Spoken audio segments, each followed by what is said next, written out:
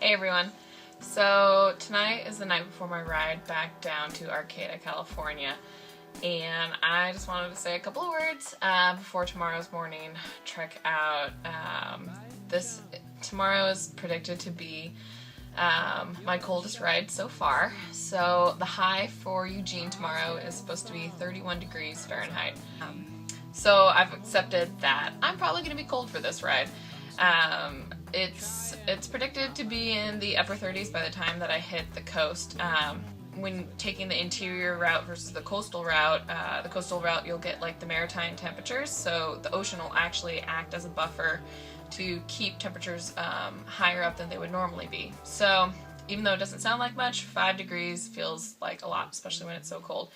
So yeah, super chilly. Part of me does kind of wish that I hadn't ridden my motorcycle, just because I am gonna be cold. It's gonna be a really cold ride. Yeah, so fun days. What can you do? This is the life of a motorcyclist.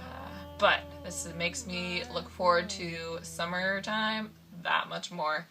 Yeah, super stoked about that. Oh, by the way, super excited about this. So for my Christmas gift, I asked a device called a velocity clip. So this is what it is. It's a lot like a GoPro device that you'd hold that holds your camera onto whatever object you want to. So this is for a handlebar. I don't have the handlebar bracket here right now, but as you can see, this is like an adjustable back and forth like so. And it fits a whole bunch of different kinds of smartphones. You can adjust the top gauge right here, depending on how wide your phone is. And yeah, so I'm going to be using this guy to do a time-lapse video of my ride, which I'm super duper stoked about, because then you guys will be able to see where I ride and what I do. So I'm really excited. I hope you guys are too. So yeah, excited to use this fun little doodad for the ride down and from all the rides here on out. Cheers to technology.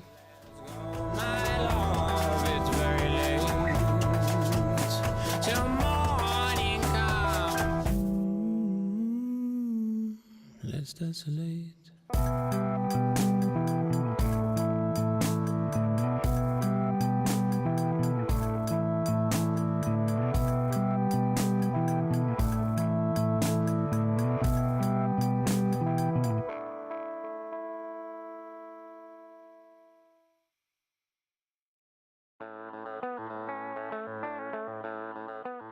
I'm just south of Port Orford, Oregon. I've cruised on through Florence and Bandon, about 50 miles north of Brookings, which is the last city on the Oregon coast before coming into California. I just wanted to catch this beautiful view of Port Orford. And it doesn't really give it justice to how nice it is out here, but you know, it's really gorgeous. Just at this pull out, cliffside. Woo.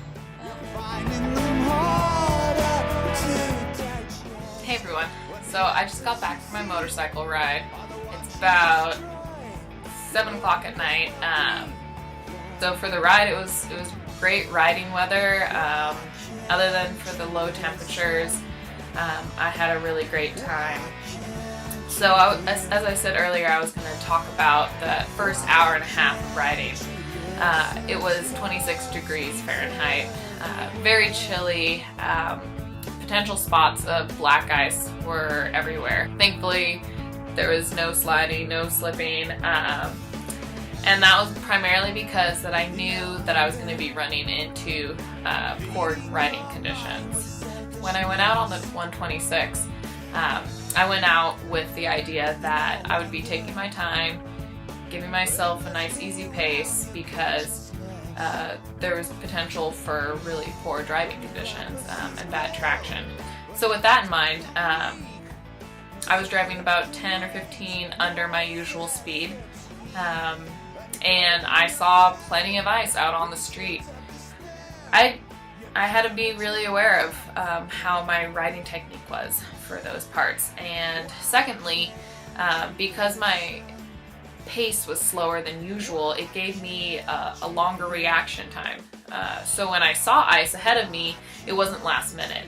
I had a couple of seconds to maneuver around it, and I really tried to have the mentality of going my own pace. So it's really easy to get caught up in the mental crowding scenario where you get into a pack with a bunch of other cars or a bunch of other bikes and everybody's going fast, and so you just want to go fast too. You just want to stay with it.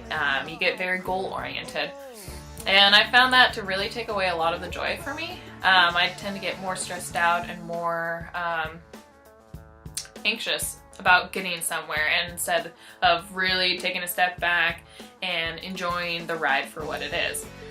So in order to maintain that going your own pace mentality, I took a lot of breaks. And that wasn't the only reason why I took a lot of breaks. I took a lot of breaks because my hands were freezing. I literally couldn't go more than 15 miles distance without my hands like really starting to be very numb and tingling and painful. But this was only for the first hour and a half. So pretty much every 15-20 minutes on my ride, I took a break, pulled off the side of the road, got off my bike, and tried to warm up. And so that included doing jumping around, doing jumping jacks, running in place, anything to kind of get my internal core heated up, which would help with my hands, but also just kind of letting my hands not have the wind chill that, you know, could have been 5 degrees for all I know. Thankfully though, as the closer I got to the coast, the better my riding conditions got. So now that I've talked about, you know, going your own pace and watching out for surface dangers on the road as a motorcyclist in the wintertime, which is more of the serious aspects of this ride, I want to share a really cool thing that I got for solstice.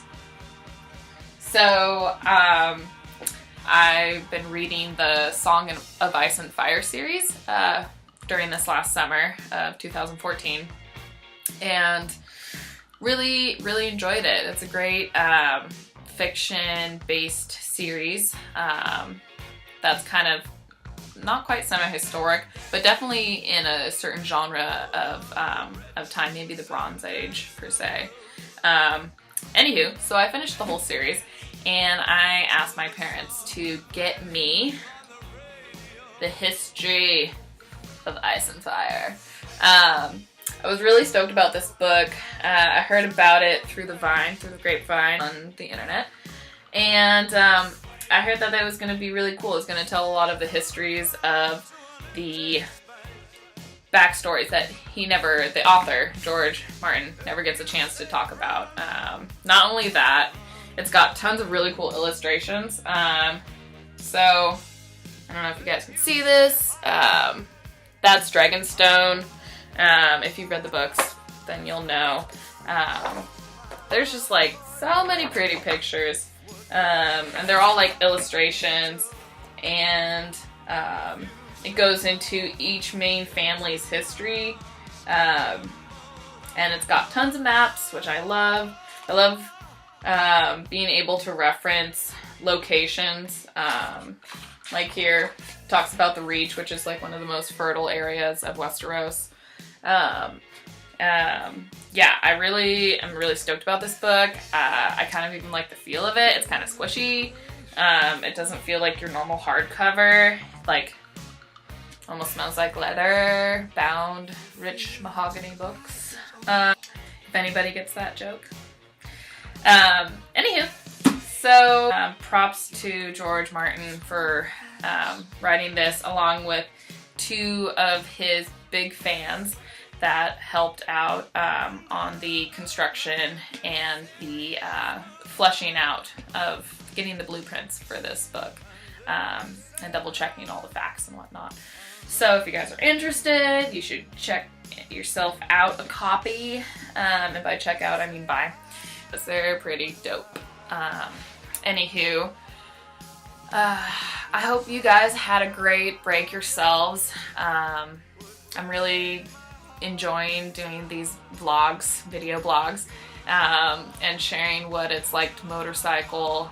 Yeah, so if you like this video, please check out my channel on YouTube. I've got other videos where I've talked about my previous rides up to Eugene, from Eugene, back down to Arcata.